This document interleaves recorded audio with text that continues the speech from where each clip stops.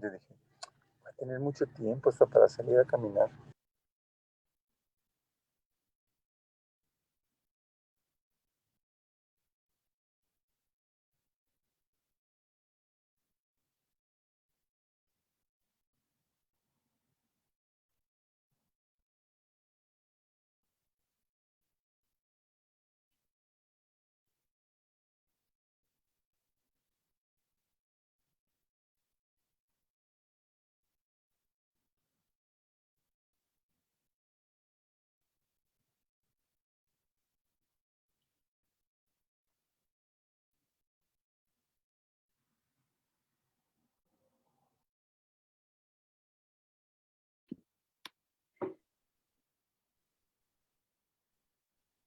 Buenas tardes, bienvenidos. En unos minutos más iniciaremos con la transmisión de este segundo webinar del Centro Nacional de Trasplantes, titulado Mitos y Realidades en torno a la donación de órganos.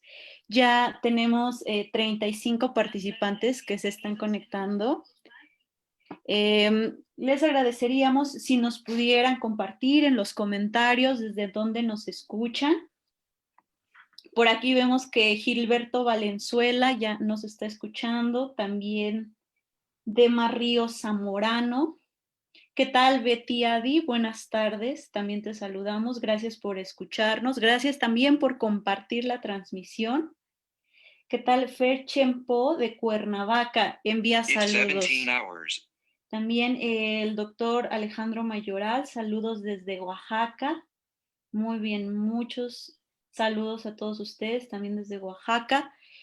Ojalá puedan compartir esta transmisión con la finalidad de que pueda alcanzar el mayor número de personas posible. Información tan relevante relacionada con la cultura de donación o que tiene efectos en la cultura de donación. Miren qué tal, Dema Río dice de Ciudad de México, ISSSTE. También Luis Fernando desde Oaxaca, saludos. María Luisa saluda desde Ciudad de México. ¿Qué tal? Buenas tardes, María Luisa. También Cristal, buenas tardes. Estado de México, presente. ¿Qué tal? Erika Lorena Cruz Montoya. También están escuchando esta transmisión desde León, Guanajuato, Carmen Frías. Y Mérida, Yucatán. ¿Cómo ve, doctor? Desde Mérida, Yucatán también están escuchando. Fresnillo, Zacatecas, presente. Un saludo a todos los zacatecanos. Etre también. Acapulco Guerrero, de Acapulco nos escucha Gilberto Valenzuela. También Lourdes de la Ciudad de México, del Hospital General de Cuernavaca. Tenemos entonces, bueno, también profesionales de la salud escuchando esta transmisión que iniciará en unos minutos más. El doctor Héctor Garza, otro profesional de la salud de Ciudad Victoria. Del HRAI de Oaxaca, del CETRA del Estado de México también. Comalcalco de Tabasco, buenas tardes, Les. Les nos escucha seguido, estuvo presente en la transmisión anterior. Alejandro Rea de Puebla. Miren, también hay público internacional. Graciela Escobar desde Argentina. ¿Qué tal? Buenas tardes. Un saludo hasta allá. Celaya, Guanajuato, también presente. Tlaxcala, un saludo también para todos los de Tlaxcala, todos y todas de Tlaxcala. Miren, ya tenemos 2 guerrerenses aquí. También Jessica nos saluda desde Acapulco, Guerrero. Celaya, Guanajuato. Le mandan saludos, doctor Reyes Acevedo.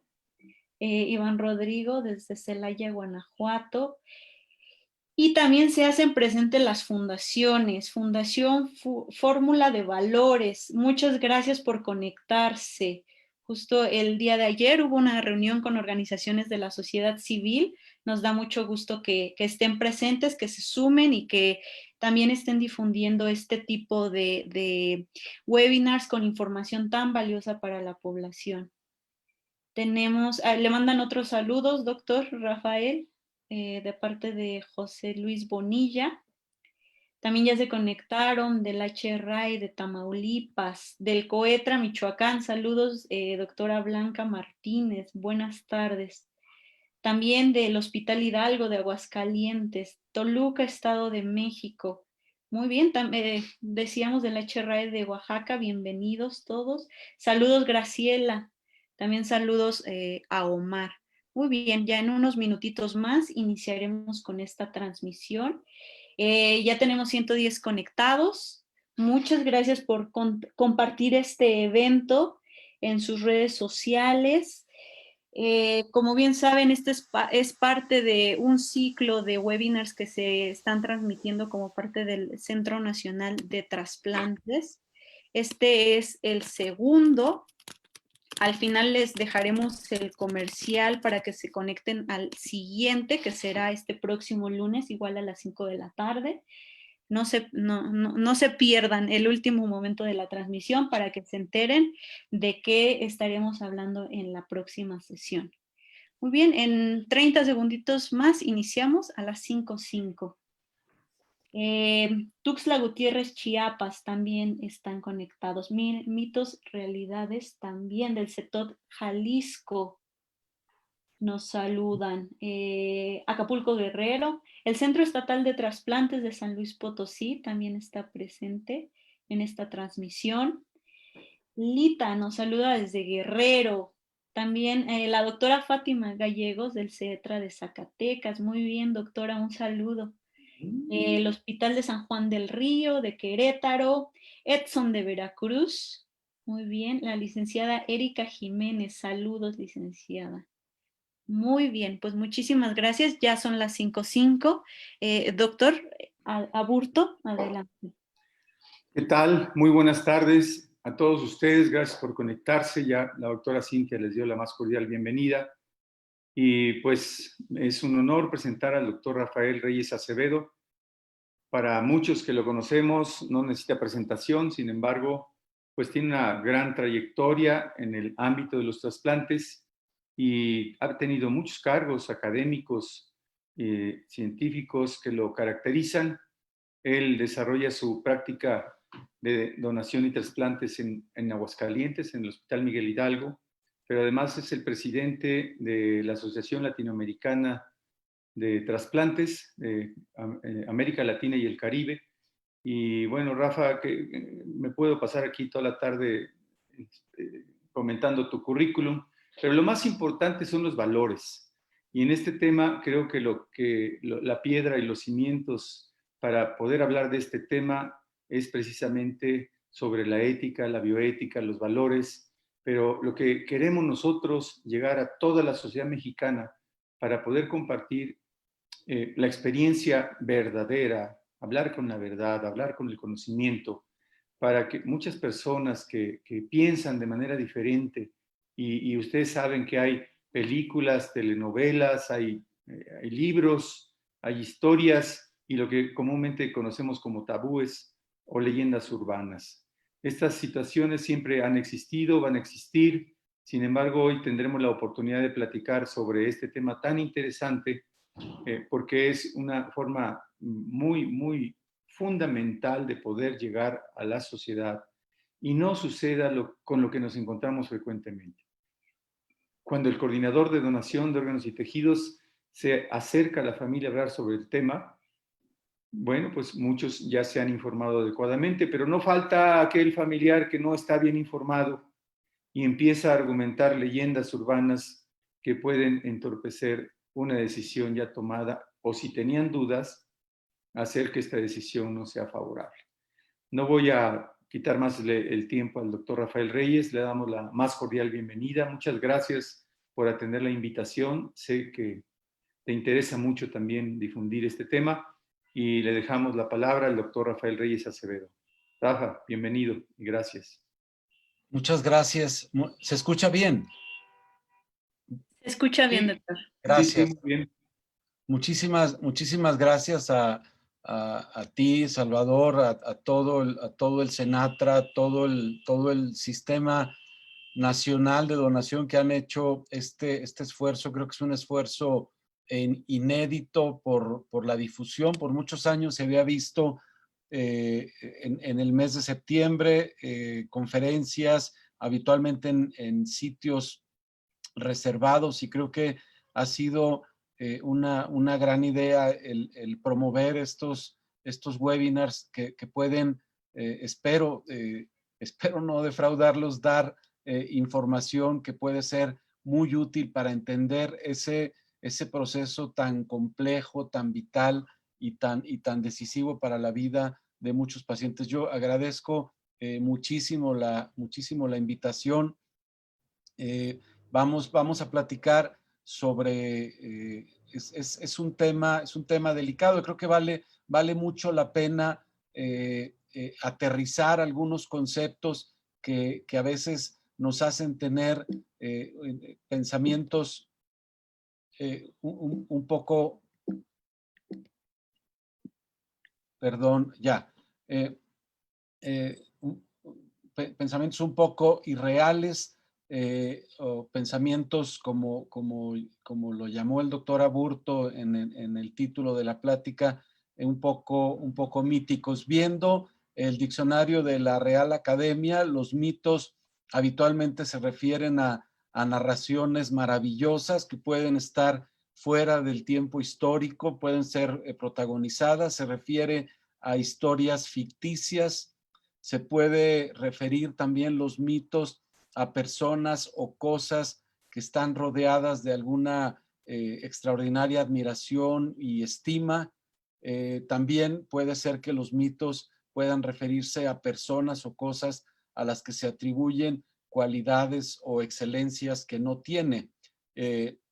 Entonces, creo que podría tener muchísimo lugar que platiquemos sobre algunos conceptos que nos pueden aclarar, como ya decía antes, muchísimo el proceso de donación y trasplante. Y para ello me pareció que un punto de donde podemos partir y de donde deberemos estar disertando por estos minutos es justamente la lista de espera. ¿Qué implica? ¿Qué significa la lista de espera? Todo mundo habla de la lista de espera, pero tengo la impresión, como lo vamos a ver más adelante, que hay muchos conceptos que posiblemente no son correctos, no son precisos y pueden tener algunas denotaciones dentro de lo que podríamos llamar algunos mitos, y vale la pena aclararlos. Y para empezar, voy a mostrarles el estado de la lista de espera en México al día de hoy. Al día de hoy en la mañana había 23,462 pacientes en lista de espera. Y aquí se ve en esta gráfica la distribución de los pacientes. Es más que evidente que los pacientes en espera de un trasplante renal ocupan por mucho, junto con los pacientes en lista de espera para un trasplante de córnea, ocupan por mucho una proporción altísima dentro del total de la lista de espera de México. Tenemos 17,398 pacientes esperando un riñón, 5,681 pacientes esperando un hígado y solamente 383 pacientes que esperan algo distinto de lo que es el riñón y la córnea. De esos 383, tenemos 314 pacientes en espera para un trasplante de hígado y otros que vamos a ver más adelante, otros órganos u otros tejidos, tenemos registrados 69 pacientes. Si ponemos en un solo grupo los pacientes de riñón y córnea, sumamos 23,079 pacientes. Fíjense qué impresionante ver que ese número de pacientes conforma el 98% de los pacientes en lista de espera. Otros órganos u otros tejidos son solamente el 2%, 383 pacientes, y vamos a ver de qué se tratan ese misterioso 2%. Aquí podemos ver de ese 2%, el 82%, es decir, otra vez la gran mayoría de los pacientes, son 314 en espera de un hígado y el resto están esperando, por ejemplo, corazón, son 53 pacientes, 5 pacientes esperando pulmón, hay 5 pacientes esperando un trasplante de páncreas y otros 6 pacientes esperando otras combinaciones que voy a mostrar a continuación. Aquí se ve, hay un paciente en espera de un trasplante de corazón-pulmón combinado, 3 pacientes que esperan hígado y riñón y 2 pacientes esperan un riñón y páncreas. Esto diseca la lista de espera de México y me parece importantísimo platicar en este momento qué significa exactamente la lista de espera. Nosotros que tenemos el privilegio de tratar de ver a los pacientes, a las familias, a las personas que están esperando de un órgano, tengo muchas veces la impresión de que ven la lista de espera un poco como la fila del banco, como la fila para entrar a para pagar en el Oxxo, en donde uno dice, bueno, aquí hay 3 o 4 o 5 o 10 personas adelante. Cuando esas 3 o 4 o 5, las que sean, se trasplanten, de seguro me toca a mí, como me toca en el banco o me toca en cualquier fila. Y es muy importante explicar que esto no es en realidad así. Y esto me voy a referir más adelante. Además, la fila es mucho más compleja que lo que vemos aquí, porque como vamos a ver, en realidad es una fila muy grande, es una fila muy compleja, una fila sumamente diversa y es una fila que tristemente es tan grande que podríamos llenar el Estadio Victoria de Aguascalientes, que por cierto es muy hermoso como lo pueden ver aquí. El Estadio Victoria tiene capacidad para 23,851 aficionados y vean ustedes qué paradoja, tenemos 23,000, al día de hoy 23,462 pacientes en lista de espera. Tal parece, es muy curioso, pero la verdad es que es un dato que encontré apenas ayer o hoy, pero justamente podríamos llenar el Estadio Victoria con la lista de pacientes en espera de un órgano en todo el país. Y bueno, es un poco fácil, es un poco sencillo decir esto así de fácil, pero tendremos que preguntarnos si esto que acabo de decir es verdaderamente un mito o es una realidad. Y creo que tiene un poco de las dos cosas, como vamos a verlo más adelante. Cuando hablamos de mitos y realidades y cuando estamos hablando de la lista de espera, me parecería importante proponerles el hacernos 4 preguntas. La primera es preguntarnos si en realidad el número del que acabamos de hablar, el número de pacientes en espera de un órgano, es real, si ese número de pacientes realmente existe. La segunda pregunta sería tratar de saber, de entender si esos números en realidad reflejan las necesidades de órganos que tenemos en nuestro país. Si nosotros tenemos 23,000 pacientes en lista de espera, podríamos entonces pensar que se necesitan 23,000 órganos en México. Y esta es una pregunta que tiene que ver mucho con la lista de espera y donde pudiera haber algunos datos que no son exactamente reales. La tercera pregunta, ¿cuáles son las expectativas que tienen esos 24,000 personas que están en el estadio? Y si pudiéramos hablarle a esas 24,000 personas, ¿qué les diríamos? ¿Cuáles son sus verdaderas posibilidades de trasplantarse una vez que forman parte de una lista de espera? Y finalmente, quizás la parte más delicada y la parte más sensible tiene que ver con cómo el Sistema Nacional de Trasplante y muy especialmente los grupos médicos, los grupos médico-quirúrgicos deciden la distribución y la asignación de órganos y tejidos y cuáles son las complejidades que ese manejo de la lista de espera tiene que ser enfrentada cuando se trabaja con pacientes que están aspirando a tener un trasplante. ¿Qué pasa? En realidad existe ese increíble número de pacientes en espera de un órgano o de un tejido para trasplante. Bueno, ya estuvimos viendo aquí, habría 23,462 pacientes, ya vimos cómo están distribuidos y necesariamente tendríamos que admitir que esa cifra podría no ser exacta. De hecho, es muy probable que no lo sea.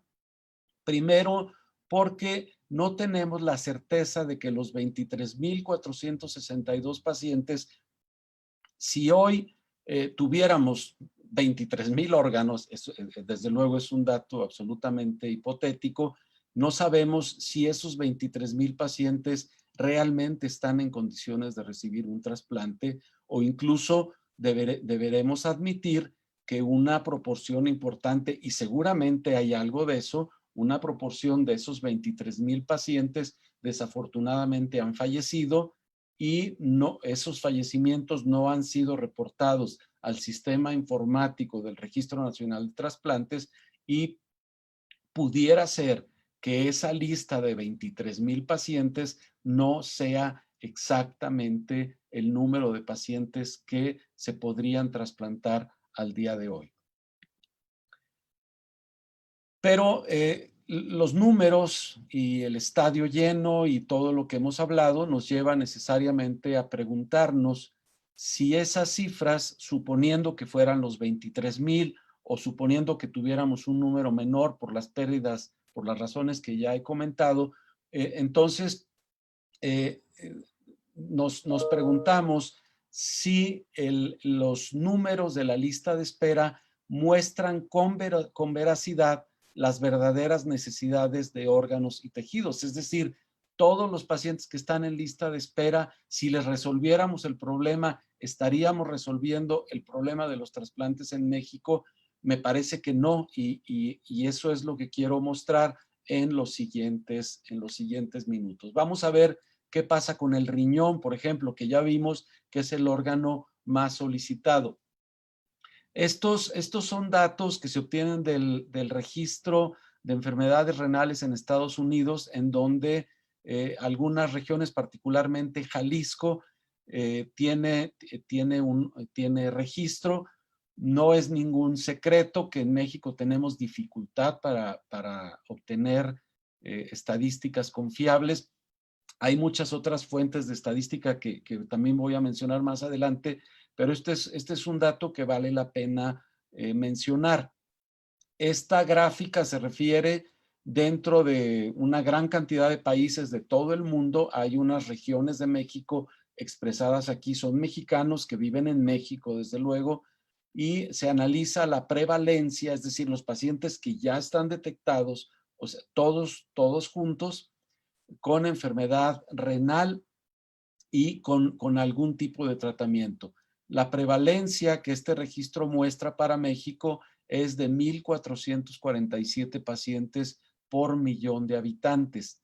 Esto nos daría un total de 180,000 pacientes que están recibiendo algún tipo de tratamiento para insuficiencia renal terminal. Y alguien podría decir, sí, pero esa cifra puede ser que esté un poco inflada, esté un poco exagerada, porque el que estén recibiendo algún tipo de tratamiento para insuficiencia renal no necesariamente quiere decir que ya estén requiriendo de un trasplante, suponiendo que esos 180,000 pacientes estuvieran requiriendo del trasplante. Y es cierto, no todos los pacientes puede ser que estén bajo tratamiento médico, estén bajo otro tipo de tratamiento y pudiera ser que esa cifra de 180,000 sea excesiva, pero recordemos que tenemos 17,000 pacientes en lista de espera.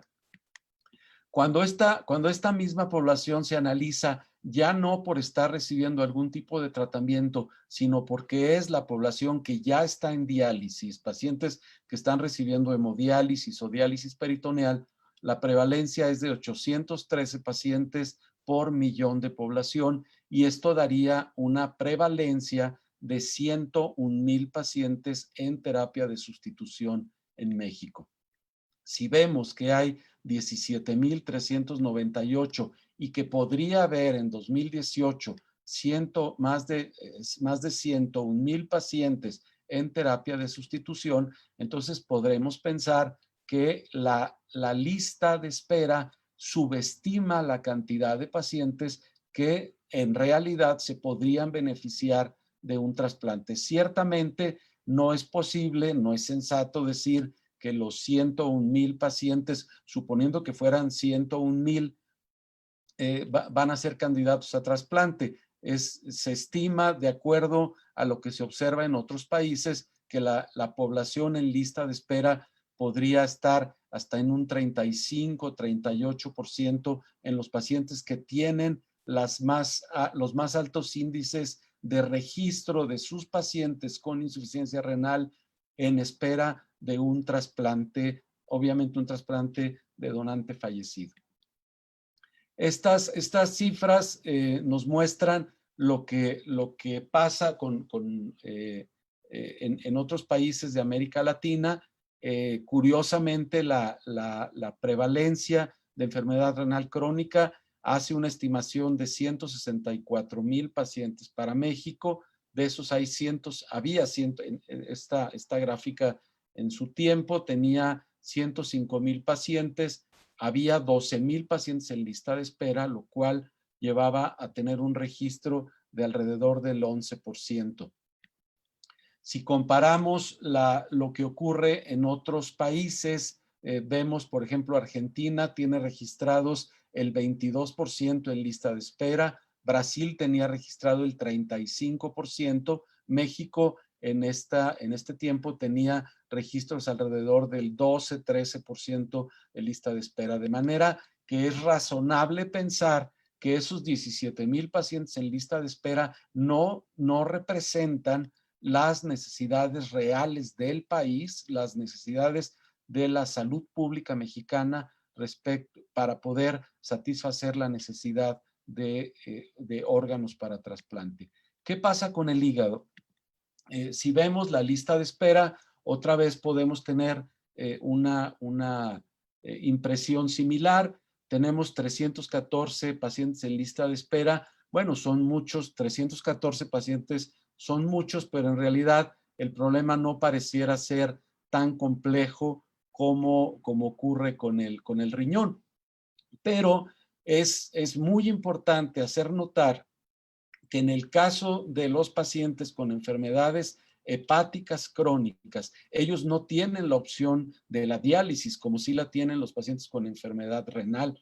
Desafortunadamente, los pacientes con enfermedad hepática terminal fallecen y eso es muy importante tenerlo presente para explicar cuáles son o tratar de discernir cuáles son las verdaderas necesidades de hígados para trasplante. Y para ello podríamos recurrir a referentes internacionales sobre la actividad de trasplante, para comparar la actividad de trasplante hepática en México con otros países.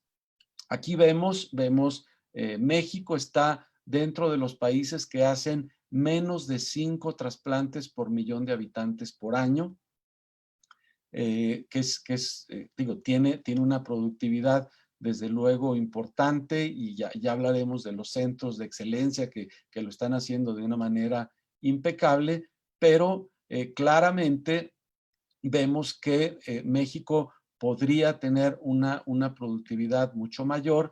Este es un trabajo publicado el año pasado sobre la actividad trasplantadora en México y se ve cómo desde 2007 hasta 2017, son 11 años, si bien ha habido un incremento discreto en el número de procedimientos, no se habían hecho más de 200 trasplantes de hígado por año. Si comparamos, por ejemplo, las productividades de otros países, pensando, por ejemplo, en Brasil, Argentina, posiblemente Colombia, que tienen productividades más altas, imaginemos si México incrementara su productividad a la misma que tienen otros países latinoamericanos. Vamos pensando que México optara por tener 10 trasplantes hepáticos por año, muy lejos de los 25 o 30 trasplantes por millón de habitantes por año que tienen los países altamente desarrollados. Entonces, México estaría en la necesidad de realizar y obviamente de obtener 1,300 trasplantes de hígado por año, muy por abajo de lo que se está haciendo, y creo que esto nos puede dar una idea de que la lista de espera no refleja exactamente, en este caso, no refleja las necesidades de trasplante. ¿Qué pasa con el corazón? Una cosa muy similar. Tenemos solamente 53 pacientes en espera de un trasplante cardíaco. México nuevamente está dentro de los países que hacen menos de 1.8 trasplantes por millón de habitantes por año. Vamos pensando que México, entendiendo que hay una demanda real, una demanda, otra vez, en países altamente desarrollados, pueden tener tasas de trasplantes cercanas a 11 trasplantes por millón de habitantes por año. Pensemos y vemos aquí la productividad que tiene México, otra vez igual. Ha habido un incremento notable hasta 2017. Se han hecho menos de 40 trasplantes por año. Pero si quisiéramos llevar la cifra mexicana a 4 trasplantes cardíacos por millón de habitantes por año, otra vez muy lejos de los casi 11 trasplantes por millón de habitantes que se hacen en países altamente desarrollados, tendríamos que estar haciendo 520 o estaríamos requiriendo no menos de 520 trasplantes por año. De manera que tal parece que los números no son un reflejo, por lo menos un reflejo veraz de las necesidades reales de tejidos para trasplante. Y nos planteamos también, bueno, ¿y cuáles son las verdaderas posibilidades que tenemos de recibir un trasplante o los pacientes que tenemos en el estadio y que les tenemos que explicar cuáles son sus verdaderas posibilidades de recibir un trasplante? Y aquí hay también información que es muy importante y pues también es muy interesante de comentarla con ustedes. Este es un trabajo publicado este año donde pudimos seguir con mucha certeza la distribución y la asignación de 8,488 riñones de donante fallecido. Son 8,488 riñones consecutivos, no se perdió ninguno, que fueron los órganos que se obtuvieron en un periodo de 12 años. Y veamos lo que pasó con esos casi 8,500 riñones. Lo primero que vamos a ver es que México está dividido por lo menos en 2 perfiles y como vamos a ver seguramente o más bien el perfil de la actividad de donación y de la actividad trasplantadora está plasmado en 3 países distintos, como lo vamos a ver. Si nosotros analizamos qué pasó de dónde vinieron esos riñones de donante fallecido, vamos a encontrar que 4,319 riñones vinieron solamente de 5 estados de la República. Ya se imaginan cuáles son. Son obviamente la Ciudad de México, Jalisco, Nuevo León, el Estado de México y Guanajuato. Otra proporción muy importante, 43%, que son 3,642 riñones, vinieron de otros 14 estados de la República. Son 14 estados que tienen una actividad diferente. Ciertamente no tienen en conjunto, no tienen individualmente la capacidad que tienen esos 5 grandes estados en México, pero finalmente aportan el 43% de los riñones. Y hay 13 estados que solamente aportaron 517 riñones de donante fallecido, lo cual corresponde al 6%. ¿qué pasa con el sitio donde ese trasplante se hizo? Bueno, otra vez, el 56%, 4,765 de esos riñones fueron trasplantados ya no en 5, en 4 estados de la República Mexicana. 3,412 riñones se trasplantaron en 13 estados de la República, es el 40%, y 15 estados solamente recibieron 311, el 3,6% del total de riñones. Y podríamos pensar, claro, lo que pasa es que en las grandes ciudades están los hospitales de concentración, los hospitales que convocan, que reciben pacientes de toda la República, y obviamente ahí es donde se va a ver la diferencia. Y como verán aquí, esa diferencia no se ve cuando se analiza de dónde el estado de residencia de los pacientes que fueron trasplantados. Otra vez vemos que 3,647 trasplantes se hicieron en pacientes que provenían de 4 estados de la República, el 43%. 46%, casi 4,000 riñones se trasplantaron en otros 13 estados de la República, y los 15 estados restantes solamente pudieron trasplantar en residentes, es decir, en residentes de otros 15 estados de la República. Aquí se ve la distribución, vemos 4 o 5 estados de la República que tienen una altísima capacidad trasplantadora, tienen una altísima capacidad de generar órganos. Hay otros estados que tienen una capacidad menor. Mucho de esto se ve expresado por hospitales en gran medida relacionados con la Secretaría de Salud, y hay una serie de estados que tienen también una actividad trasplantadora y de donación muchísimo más baja.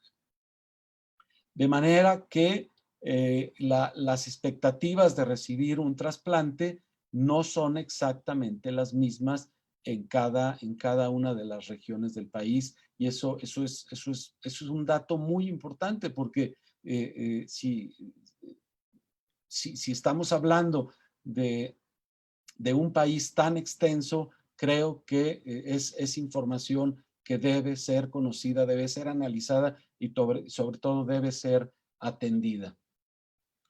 Y todo esto nos lleva finalmente a lo que yo pienso que es la parte más, por lo menos la parte más visible, la parte más sensible también, porque todos los demás puntos me parece que tienen que ver con el perfil de nuestro sistema de salud, un perfil del que podríamos hablar muchísimo, un sistema de salud sumamente fragmentado, un sistema de salud muy complejo, pero lo que al final de cuentas las familias y los pacientes y los médicos y el sistema de salud tenemos que convivir con muchísima prioridad y con muchísima intensidad, es cómo es que el Sistema Nacional de Trasplante y los grupos médicos finalmente deciden la distribución y la asignación de los órganos y los tejidos. Y esto nos lleva otra vez a lo que les comentaba yo, al inicio, donde esa lista de espera dista muchísimo de parecerse a la fila del banco, la fila del Oxxo o la fila para entrar al estadio. Es importantísimo decir que México tiene un marco regulatorio, creo que un marco sumamente completo, la Ley General de Salud, que es una ley federal, es una ley obviamente de aplicación nacional, tiene contemplados los procesos de donación y trasplante, y es el marco que rige a toda la actividad trasplantadora en México. Es muy importante decirlo. También es muy importante transmitir que este es un tema global. La comunidad internacional, muy especialmente en los últimos 12, 15 años, ha mostrado a través de la Organización Mundial de la Salud un interés y un involucramiento verdaderamente impresionante, pero sabemos que desde la mitad, casi poco después de la mitad del siglo XX, del siglo pasado, hubo preocupación por parte de la Organización Mundial de la Salud por la necesidad de pronunciarse acerca de las prácticas en cuanto primero a donación de tejidos y después en cuanto a donación de órganos, especialmente después de los años 80 en que vino un boom impresionante prácticamente en todos los órganos. La Organización Mundial de la Salud está comprometida, ha insistido muchísimo en cuidar todos los principios de dignidad y solidaridad humana, evitar desde luego la explotación de las poblaciones más vulnerables, las poblaciones más pobres. Tristemente tenemos que hablar de que ha habido actividades relacionadas con turismo de trasplante, con tráfico de órganos que afecta a las poblaciones más vulnerables, y la Organización Mundial de la Salud se ha pronunciado enérgicamente en los últimos años. Hay una determinación muy clara para prevenir la búsqueda de beneficios económicos, la necesidad de obtener ventajas en transacciones con partes del cuerpo humano, como ya lo mencioné, todo lo que tiene que ver con tráfico de órganos y turismo de trasplante. Hay una convicción internacional de la necesidad de que la donación siga siendo un acto voluntario, un acto altruista. Ha habido esfuerzos internacionales muy serios, muy profundos. Ya en este ciclo de conferencias veo que se va a tratar con mucho detalle este tema y creo que es un gran acierto el haberlo hecho. La Organización Mundial de la Salud también ya se dieron cuenta que la ciencia no se puede detener y han trabajado a marchas forzadas para buscar regular lo que claramente es una necesidad. No es que venga, es que ya llegó la necesidad de prever la circulación transfronteriza de células y tejidos con fines de trasplante. Y otra vez, la parte más sensible es la necesidad de vigilar todos los eventos, todo lo que ocurre posteriormente al trasplante asociados con la donación. Esto tiene que ver con el seguimiento a largo plazo de los donantes vivos, el procesamiento y el trasplante de células, tejidos, órganos humanos, el intercambio internacional de datos para optimizar la seguridad, y todo esto finalmente asegurando que los resultados de los procedimientos de trasplante sean lo más seguros y lo más benéficos posibles para los pacientes. Los centros de trasplante vivimos una, pues yo diría que es un drama muy especial, y tiene que ver con la eficiencia, con el equilibrio hasta donde sea posible en cuanto a eficiencia y justicia. Estamos obligados, desde luego, estamos destinados a buscar que nuestras actividades clínicas, nuestras actividades de trasplante sean lo más eficientes posibles, y esto, ser eficiente significa tener buenos resultados, ser eficientes significa optimizar, ser eficiente significa la mayor y la mejor sobrevida para los pacientes que reciben un trasplante, la mayor sobrevida para pacientes que reciben un recurso extremadamente escaso, un recurso extremadamente difícil de conseguir. Esa es una gran realidad. Pero también, y bueno, todo eso tiene que ver con la eficiencia, pero tenemos que cuidar, tener un sistema lo más justo posible.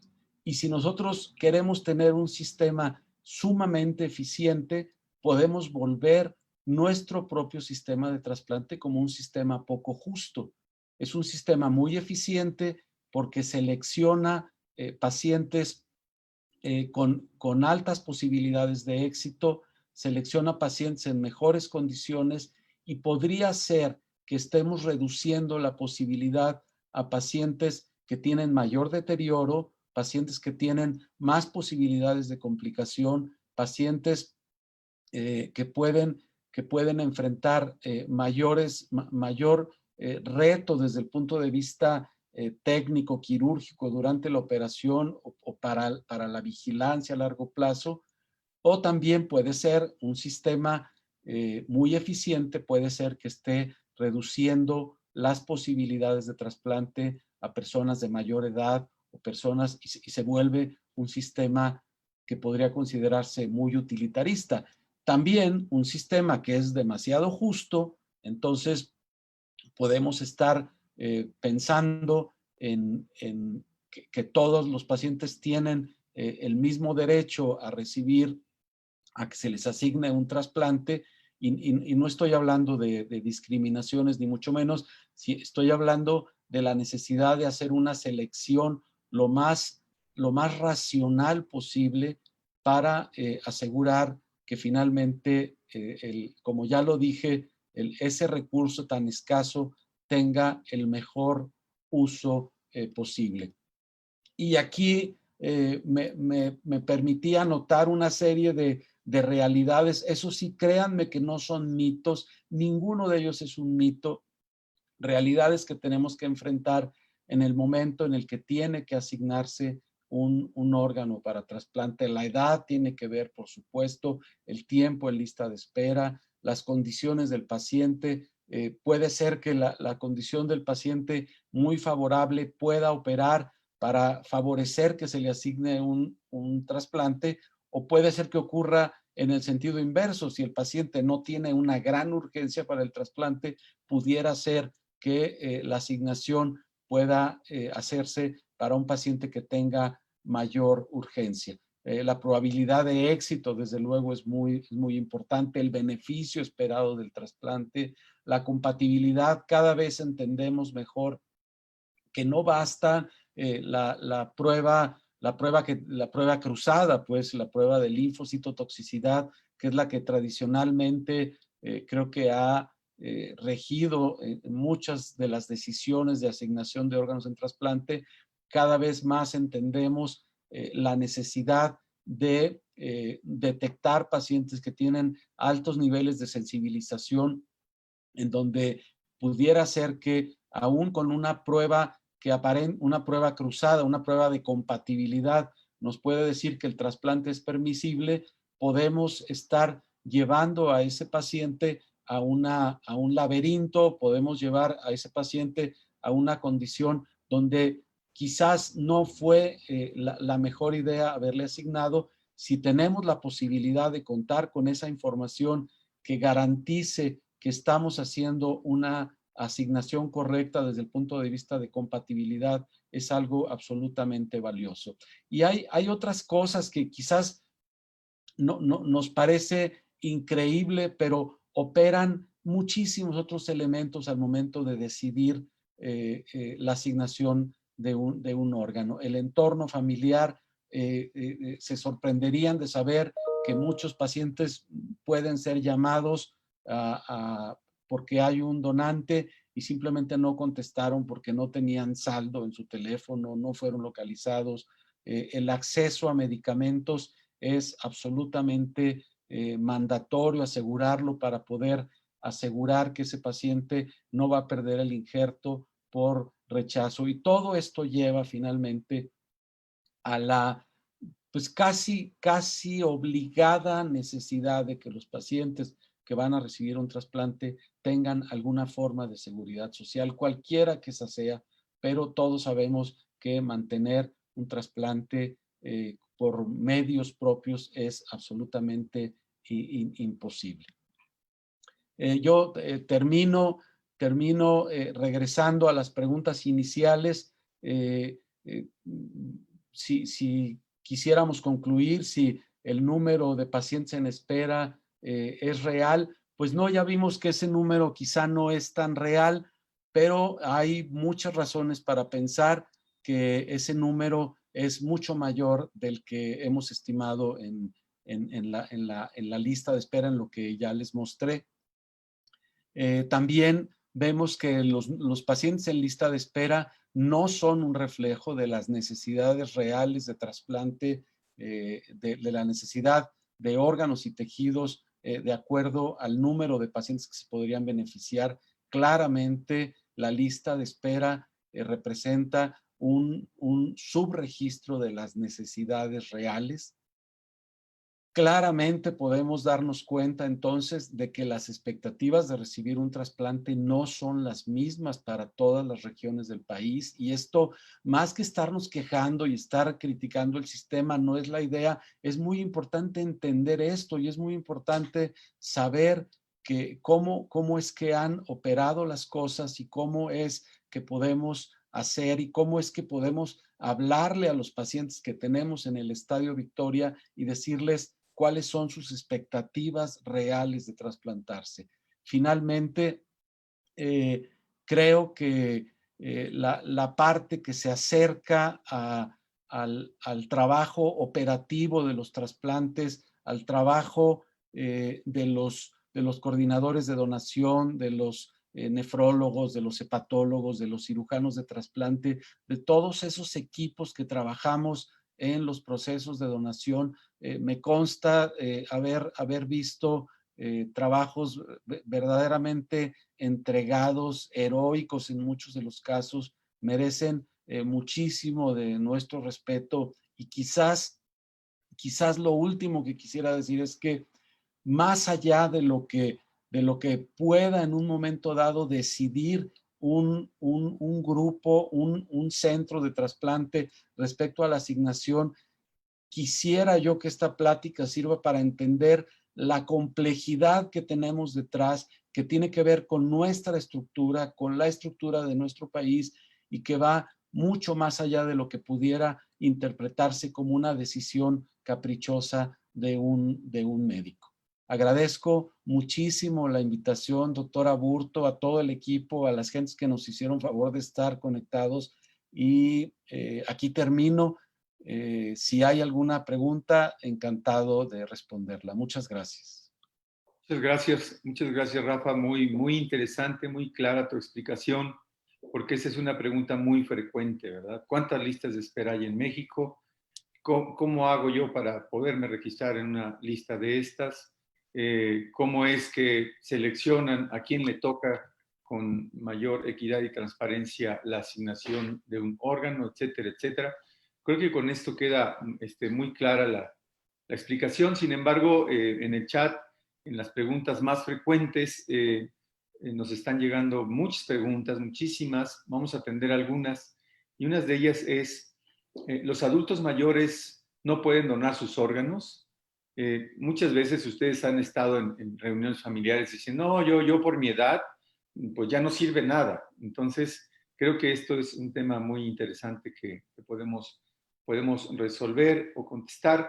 La otra es, cuando dono mis órganos, mi cuerpo se desfigura o lo entregan en malas condiciones. Y la más frecuente es, al registrarme como donador, ¿me perseguirán para obtener mis órganos? Bueno, dejo esas tres preguntas al aire y vamos viendo para aclarar estas dudas, estos mitos que frecuentemente nos consultan al Centro Nacional de Trasplantes. Claro, muchas gracias. Bueno, la edad no es absolutamente un criterio único para decidir. Quizás en el caso de donantes pediátricos muy pequeñitos, pudiera haber algunas particularidades, pero no es así. Hay creo que tú lo sabes bien, hay donantes por arriba de 70 años que pueden tener una reserva perfectamente normal y aceptable. No hay una contraindicación ni hay un criterio definido respecto de la edad. no hay tampoco preocupación ni en el proceso de procuración para lo que se llama desfiguración de la persona fallecida. Depende mucho del tipo de donación que se haga, pero en todos los casos es un procedimiento que se hace con muchísimo cuidado, con muchísima consideración, y no hay ninguna razón para temer que una vez entregado el cuerpo de la persona que ha donado, vaya a representar una situación más triste de lo que ya representa en sí la pérdida de ese ser querido. La otra es en alusión, como estamos en el mes de la donación, el Día Nacional de la Donación, invitando a la sociedad que se registre, pues al registrarse, que no se sientan perseguidos. ¿Tú qué les recomiendas, Rafa? Bueno, es una decisión absolutamente libre, absolutamente voluntaria, altruista. De hecho, yo pienso que el registrarse como donador es en realidad para lo que sirve registrarse como donador es para que ese tema pueda ser tratado algún día en una familia. Si yo llego a mi casa y yo le explico a mi esposa, a mis hijos, a la persona que en un momento dado tendría que tomar la decisión, fíjate que yo firmé un registro o tengo una credencial de donante, es muy probable que esa persona va a tener la altísima posibilidad de quien decida tenga claro cuál era el deseo de esa persona. La realidad es que ni el Senatra ni ninguna otra actividad, ninguna otra instancia de los sistemas de salud se levanta viendo a ver quién está registrado el día de hoy para donar o no. Es una condición, el registro sirve principalmente para que las personas manifiesten su deseo de donar o deseo de no donar. Es muy importante manifestarse a ese respecto. Muy bien. Pues yo creo que por cuestiones de tiempo, estamos justo en el tiempo. Doctora Cintia Lucio, ¿tiene algunas otras preguntas por ahí? La doctora Alberú quería preguntar algo. A ver, sí, hay varias preguntas, doctor. Algunas de estas se estarán dando, a estas se les estará dando respuesta vía correo electrónico, como es el medio de consulta, el medio formal de consulta. Había esta otra pregunta sobre, o este mito en torno a que si se llena una tarjeta de donación es como que se llame a la mala suerte. Y creo que con esta a lo mejor podríamos cerrar. Bueno, absolutamente no. Quizás el ver una credencial o cualquier expresión de una persona que ha decidido donar sus órganos, a mí lo primero que me hace pensar es que estoy frente a una persona sensible, ante una persona generosa, y no vería yo por qué pueda tener mala suerte. Yo sé que se ha especulado, se ha dicho que las personas que son donantes, como van a ser donantes, pues entonces si tienen un accidente, pues ya los socorristas o las personas, pues como que ya no les van a poner tanta atención, o los hospitales. Eso es absolutamente en contra de cualquier de cualquier práctica en cualquier institución. Yo quisiera insistir, quisiera decir porque me consta, porque estoy aquí para dar testimonio de la gran cantidad de personas que trabajan en donación y trasplante. Creo que no es ocioso aprovechar el espacio para decir lo que todo el sector salud de México está haciendo hoy en día para atender a los pacientes con COVID. Hay que decirlo, hay que reconocerlo y vemos, créanme que no hablo por mí, hablo por muchos compañeros, enfermeras, personal de apoyo en los hospitales, personal de limpieza, muchísima gente comprometida con un grave problema de salud, y ese mismo personal es el que está comprometido con la donación, está comprometido con los más altos estándares de cuidado y de compasión con la población doliente de nuestro país. Muy bien. Pues muchísimas gracias, Rafa. Creo que ha sido una conferencia extraordinaria para aclarar muchas dudas, y seguimos invitando a todos los mexicanos que nos escuchan a través de este medio que se sumen a la campaña que estamos llevando a cabo como Centro Nacional de Trasplantes, todos los integrantes del Subsistema Nacional de Donación y Trasplantes en cada entidad federativa, en cada institución, y todo con un solo propósito, que es velar por la salud de quien más lo necesita y agradecer precisamente a la sociedad civil, que es de quien depende que una persona salve su vida o mejore su calidad de vida con un acto tan generoso como es la donación de órganos. Muchas gracias, y pues damos por concluido el evento, y nuevamente Rafa, pues te agradecemos mucho tu tiempo, tu disposición, la preparación de este tema, y bueno, quedaremos pendientes de resolver todas las dudas a través de correo electrónico. Gracias a todos, y los esperamos el próximo lunes en la tarde, a las 5 de la tarde, por este mismo medio de enlace de redes sociales, con un tema también muy, muy interesante. ¿Cuál es, doctora? El proceso de donación y trasplante, que presentará la doctora Erika Rivera Durón, jefa de área de donación del Instituto Mexicano del Seguro Social. Muy bien. Lo dijo, el lunes a las 5 de la tarde, igual por Facebook Live. Muchas gracias a todos, que tengan un buen fin de semana y cuídense mucho. Muchas gracias. Todavía estamos en riesgo de COVID, todo el país. Gracias. Hasta luego, Rafa. Un abrazo. Gracias. Hasta luego.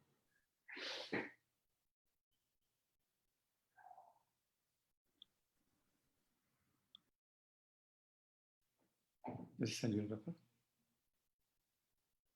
Voy a conectar a la otra.